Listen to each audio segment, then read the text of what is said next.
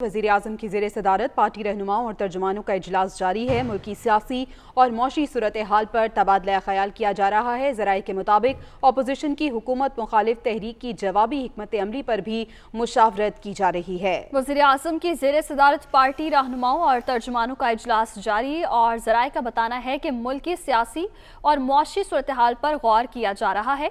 Opposition की हुकूमत मुखालिफ तहरीक की जवाबी हिकमत अमली पर भी मुशावरत हो रही है। तो हर तरफ सियासी महाज गर्म है। अपोजिशन जहां मुशावरत कर रही है और इजलास कर रही है, वहीं वज़ीर-ए-आज़म की ज़ेर सदारत पार्टी रहनुमाओं और तर्जुमानों का इजलास भी सामने आया है।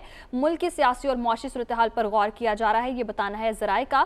जबकि अपोजिशन की हुकूमत मुखालिफ तहरीक की जवाबी हिकमत अमली पर भी मुशावरत की जा रही है, बताया जा रहा है ज़राए की जानिब से। इसी हवाले से तफसीलात जानेंगे उमर जट से। जी उमर, बताइएगा। जी, वज़ीर-ए-आज़म की सरबराही में जो पार्टी के रहनुमा हैं और जो स्पोक्स पर्सन हैं, उनकी वज़ीर-ए-आज़म की ज़ेर सदारत मीटिंग जारी है।